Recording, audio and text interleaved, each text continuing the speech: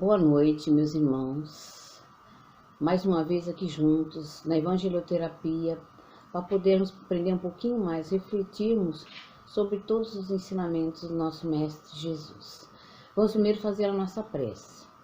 Vamos agradecer a Deus, nosso Pai, por podermos estar aqui com saúde, com alegria, por poder aprender um pouco mais da palavra de Jesus, daqueles ensinamentos maravilhosos que nos servem para o dia a dia, para a nossa evolução, para a nossa reforma íntima. Vamos agradecer também aos mentores da Casa Espírita Hora de Luz, aos nossos anjos guardiães, a todos aqueles que vêm aqui nos intuir, aqueles desencarnados que vêm nos intuir e vêm nos proteger, aqueles também que vêm para aprender um pouquinho mais conosco, para a sua própria evolução também. Graças a Deus e graças a Jesus. Hoje, meus irmãos, nós vamos continuar com o capítulo 24, daquele que fala sobre não coloquem a candeia embaixo do alqueire, né? E nós vamos trabalhar os itens do 13º até o 16º, né? E o título é muito interessante, é Coragem da Fé. Eu vou ler para vocês, depois a gente vai comentando e vai adentrar com outros livros, né, que vão ilustrar. Jesus disse: todo aquele que aceitar meus ensinamentos, me reconhecer diante dos homens, eu também o reconhecerei e o levarei para diante de meu Pai que está nos céus. E todo aquele que me renegar diante dos homens, eu também o renegarei diante do meu Pai que está nos céus. É o Mateus capítulo 10, versículos 32 e 33. Aí no item 14. Jesus também disse: se alguém se envergonhar de mim e das minhas palavras, eu também desse me envergonharei, quando vier na glória do meu Pai e dos meus santos anjos. É o Lucas capítulo 9, versículo 26. Então ele complementa aqui com a explicação. Sempre é muito considerado entre os homens aquele que tem coragem de manifestar a sua própria opinião. Existe um grande mérito em enfrentar os perigos, as perseguições, as contradições e até mesmo as simples ironias a que se expõe todo aquele que não teme confessar abertamente as suas ideias, que quase sempre não são as da maioria, né? Neste caso aqui, o comentário seria a fé, né? Propagar a fé, ter coragem de enfrentar os desafios que aparecem por causa disso, né? Muitas pessoas que vêm para atrapalhar, para ironizar. Nós temos um exemplo do Pedro, né? De Simão Pedro, que ele falou que daria a vida por Jesus. E Jesus disse que ele o negaria 3 vezes, mesmo antes do galo cantar. Então, quando ele foi reconhecido, né? Como discípulo, ele falou que ele não era o Simão, que ele não conhecia Jesus, então ele negou 3 vezes. Então, isso aí a gente não deve criticar, porque muitas vezes nós fazemos isso na nossa vida. Quantas vezes a gente estava com um livro espírita e tampando a capa, ou disfarçando porque havia um preconceito, né? Ainda há muitas pessoas que falam que o espiritismo tem a ver com o demônio. Então, há aquele preconceito que as pessoas ficam escondendo, né? Muitas vezes as pessoas não falam que são espíritas porque gera uma discussão, gera um preconceito realmente, né? Eu estava passando na rua e uma senhora estava dando uns folhetinhos, né, de propaganda da igreja dela evangélica. E aí eu agradeci, peguei com muita educação. Eu sempre leio, porque sempre tem mensagens da Bíblia que nos interessam. Porém, quando eu falei que eu era espírita, ela ficou descontrolada. Ela começou a dizer: vá para minha igreja, por favor, porque você é parte do demônio, não sei o quê. Então, até hoje em dia, pessoas que não têm conhecimento, não pesquisam e têm essa visão errônea, né? Aí eu continuando aqui. Em outras palavras, aqueles que tiverem medo de se confessar discípulos da verdade, não são dignos de entrar no reino de verdade. Perderão assim o benefício da sua fé, pois é uma fé egoísta que eles guardam para si mesmos. Escondem essa fé com medo dos prejuízos que ela possa acarretar nesse mundo, né? Ao passo que aqueles que colocam a verdade acima de seus interesses materiais e a proclamam abertamente, trabalham ao mesmo tempo pelo seu próprio futuro e pelo dos outros. É porque às vezes a pessoa acha, né, que ela dizendo que ela é uma certa religião, ela vai sofrer pressão, né? Os cristãos até hoje são perseguidos, as igrejas são queimadas, como aconteceram já em 2 países aqui no nosso mundo, né? Então, aquele medo que tem, os verdadeiros cristãos, eles enfrentam, né? Como aconteceu com os primeiros cristãos que foram jogados na arena com os leões, e mesmo assim eles não deixaram de dizer que acreditavam em Jesus. Eles tinham aquela coragem de enfrentar as ideias de Jesus, porque as ideias de Jesus muitas vezes não interessam a certos grupos. Por quê? Porque ele preza por outros valores, o valor do amor, né, da caridade, de que todo mundo é igual, não tem diferença entre as pessoas, né? Então, há pessoas que acham que isso aí vai contra os interesses materiais, né? Principalmente quem tem interesses materiais, né? Então, os cristãos na arena foi a maior prova de fé, não é? Que nós podemos ter dentro do cristianismo, que eles enfrentaram tudo aquilo, ainda entravam cantando, né? E não negavam, eles não voltavam atrás, dizer que eles acreditavam que Jesus era o Messias, que Jesus era o Salvador, era o enviado por Deus, né? Nós sabemos que há uns anos atrás havia um Código Penal, na Lei 157, multa e detenção de até 6 meses, isso aí foi em 1890 mais ou menos, né? Para aquelas pessoas que frequentavam lugares, centros espíritas, ou que em casa faziam algumas reuniões que tinham, por exemplo, recebiam espíritos, né? Faziam consultas, davam passe. Então, há um tempo atrás, isso era proibido. Graças a Deus, há muitos pioneiros, a luta de muitas pessoas, né? Sempre há aquelas pessoas que elas se envolvem, elas conseguem modificar as coisas que não estão feitas corretamente. Na Constituição Federal, no artigo 5º, hoje dá liberdade de crença e proteção aos locais de cultos. Então, por lei, hoje em dia, nós temos o direito de nos reunir, de fazer as nossas palestras, de fazer o passe, de tomar água fluidificada. Nós temos esse direito, mas não é em todos os lugares que acontece isso. Muitos países ainda não têm essa abertura. E os espíritas ainda são vistos como má pessoas, né? Eles não acreditam que o nosso exemplo é Jesus. E falar que exemplo é Jesus não precisa mais nada, né? Porque Jesus é puro amor, caridade, reconhece que todo mundo tem o mesmo direito, o irmão, né, deve ser ajudado de qualquer maneira. Então, nós temos ainda um mundo com pouco conhecimento. As pessoas criticam, julgam, mas não buscam conhecimento para saber realmente o que vem a ser, o que prega o Espiritismo. E segue o que o Espiritismo? Nós sabemos que segue o Evangelho de Jesus.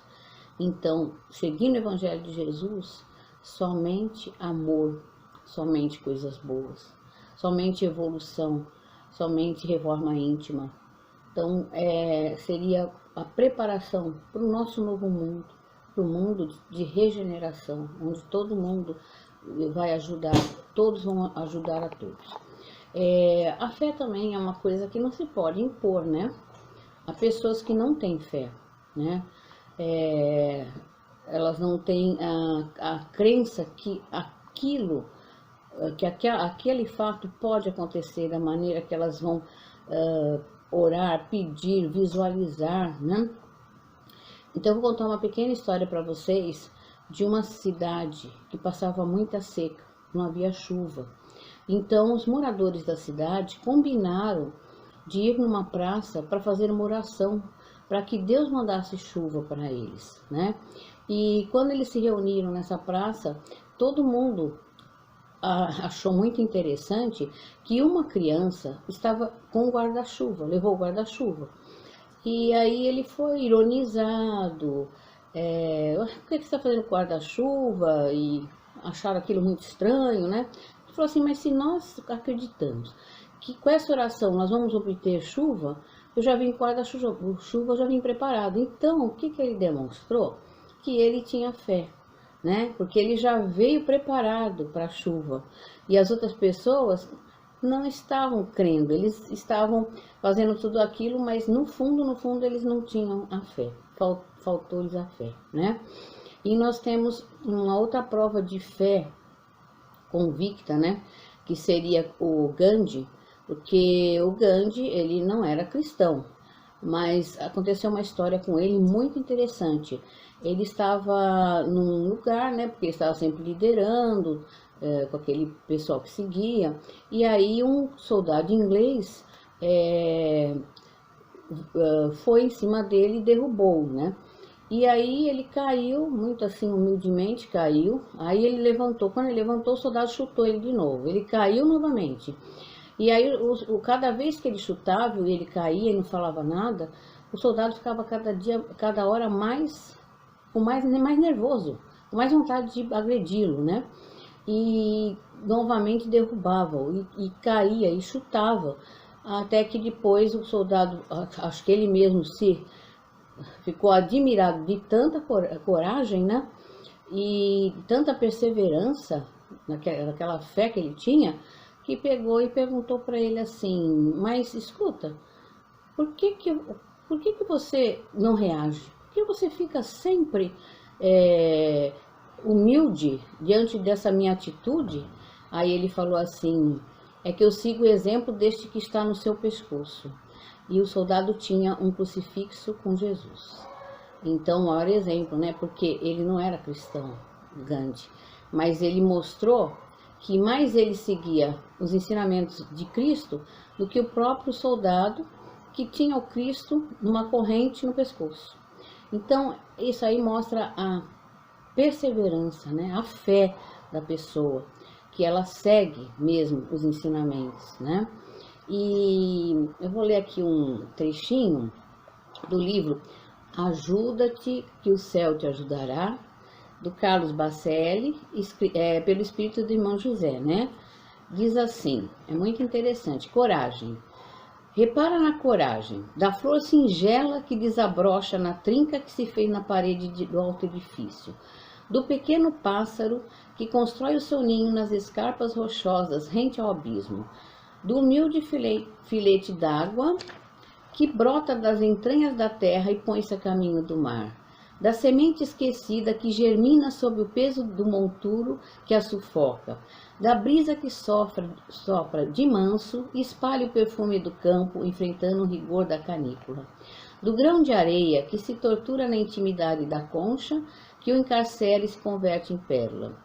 Repara na coragem dos elementos e dos seres mais simples da natureza, que, confiantes na misericórdia do Criador, superando a sua própria fragilidade, não recuam diante dos desafios da vida e não fogem ao destino que lhes foi traçado. Então, até a própria natureza nos exemplifica, né? Até ela nos dá a mostra da coragem que tem diante das diversidades e sabe que o Criador está ali para protegê-los, né? Então é um exemplo muito lindo que nós temos aí. Eu vou ler agora aqui um trecho do livro da Caminho, Verdade e Vida, do Emmanuel, que foi psicografado por Francisco Cândido Xavier, capítulo 23, Viver pela Fé. Mas o justo viverá pela fé, diz Paulo, em Romanos, capítulo 1, versículo 17. Na Epístola aos Romanos, Paulo afirma que o justo viverá pela fé. Há poucos aprendizes que interpretaram erradamente a assertiva. Não poucos aprendizes interpretaram erradamente a assertiva. Então, muita gente interpretou errado, né? Supuseram que viver pela fé seria executar rigorosamente as cerimônias exteriores dos cultos religiosos. Achavam que fé era fazer frequentar templos, era fazer homenagens, rituais. Não é nada disso, né? Ele diz aqui: antes de tudo é necessário ser criatura de Deus em todas as circunstâncias da existência. Então, ter fé não é ir todo dia à igreja, é acender velas, ou todo dia fazer adoração às imagens. Não, ter fé é viver Deus dentro de si, é seguir os ensinamentos de Jesus, é saber que nós temos a centelha divina dentro de nós e que nós temos que passar adiante, nós temos obrigação de falarmos a nossa fé. Vai haver alguns que não estão preparados, mas nós temos obrigação de falar. Não insistirmos, não sermos demasiadamente insistentes, como certos religiosos que fanatizam e que ficam antipáticos perante as pessoas, porque querem impor sua fé. A fé, ela vem de dentro para fora. A gente adquire ela através das nossas vivências, das nossas experiências, daquilo que nós conseguimos alcançar com ela, né? Através da oração, através da meditação, através do silenciar, né? Ficar mais no íntimo do seu ser, deixar o barulho externo de lado. Então, muitas vezes a gente consegue perceber em situações da nossa vida que nós conseguimos, com tanta fé, com tanta esperança, alcançarmos a cura, né? Nós mudamos a nossa vibração, a nossa sintonia aumentou, nosso corpo se equilibrou, se harmonizou, e isso tudo a decorrência é a cura, né? Então essa cura não é só a cura física, nós temos a cura emocional, a cura mental, a cura espiritual, todas elas estão envolvidas, porque de uma depende a outra, né? E a gente tendo essa fé, nós conseguimos, como diz lá, a fé remove montanhas, a fé remove problemas, a fé remove tudo aquilo que a gente acha de negativo que vai atrapalhar um resultado bom, né? Agora eu vou ler para vocês o livro do Miramês, o Espírito do Miramês, Horizonte da Vida, que foi escrito pelo médium José Nunes Maia, né? Ele fala assim: a fé verdadeira que encara a verdade traz a esperança, garantindo-a sobremaneira grandiosa, de modo que a vida se torna mais fácil e mais útil. Os valores espirituais dormem dentro de nós e despertam em sequências inumeráveis, e cada vez que isso acontecer, uma porção de luz, mais vida, se aglomerará em nosso coração. Sentimos com isso como são infinitos horizontes da vida, roteiros que nos levam à felicidade. Então, a fé verdadeira, né, ela muda a nossa visão, né? Porque a gente começa a ter comprovações que o nosso pensamento, a nossa fé, tem força, tem poder. Ela pode modificar muitas coisas em nossa vida, né? E a fé e a vida caminham juntas, por serem da mesma fonte de amor. Como ter vida sem fé? Como ter fé sem vida? Quando encarnados, estamos afiançados por grandes almas que se esforçam sempre para nos mostrar, tantas vezes quanto necessários, os caminhos melhores. Eles não se cansam, não se irritam, não se encolarizam, nem maldizem, cumprem sempre seus deveres de ajudar com a tolerância que não passa para a conivência. São espíritos elevados, conhecedores da verdade, já livres das influências inferiores, das paixões inferiores. Então nós temos essa ajuda também espiritual, em que eles estão encaminhando para que nós possamos melhorar como ser humano, melhorar as nossas más tendências, né? Eliminar tudo que é ruim em nós. Nós temos essa ajuda. Às vezes a gente não escuta, aquela intuição que vem, aquele que a gente escuta falando para nós: não faça isso, isso não é bom para você, não faça isso para o seu irmão, isso não é bom para o seu irmão. Então a gente tem todas essas intuições, não é? E a gente tem que ter a coragem de ouvir e cumprir. Por quê? Porque todas essas intuições que vêm do mundo espiritual, que querem nosso bem, é para o nosso progresso. Nós não devemos descartar, né? E a coragem de estar sempre lutando para que a nossa fé aumente através das experiências que nós temos no dia a dia, nas pequenas experiências que nós temos. Às vezes é uma coisinha que nós nem percebemos e aquilo ali já é fruto da fé que nós temos.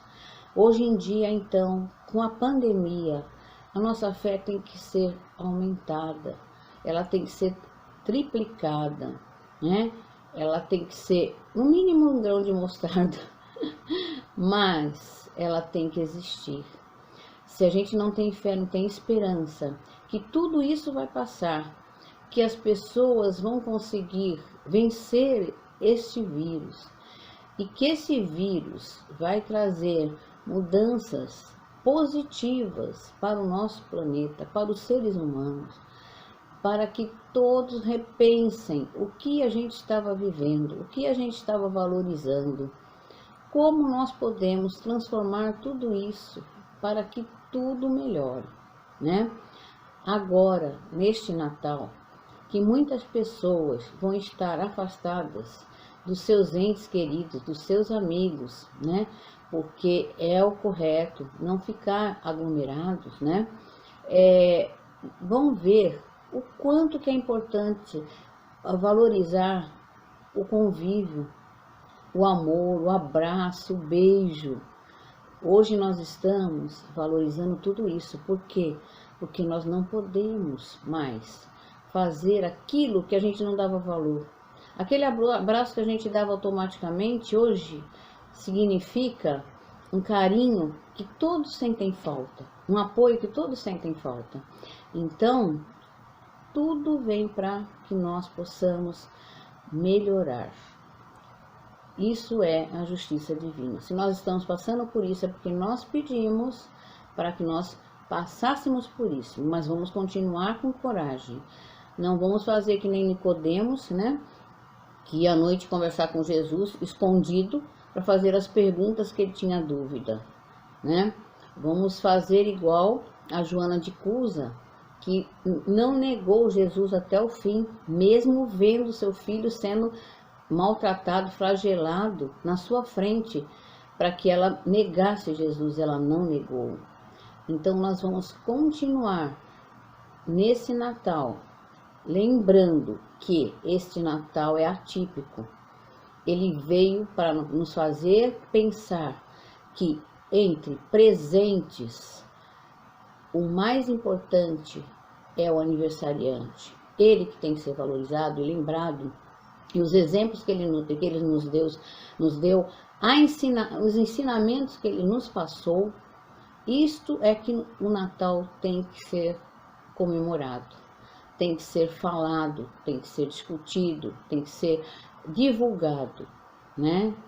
Isto que é importante. E também as orações para aqueles que estão ainda nos leitos com Covid, aqueles que estão já no mundo espiritual, que foram embora através do Covid também, que nós pensemos neles com amor e que dediquemos algumas horas, alguns minutos para repensarmos tudo que nós deixamos de lado e que nós deixamos de valorizar para valorizar coisas que não têm importância, coisas que não vão fazer diferença na nossa passagem, quando nós formos embora.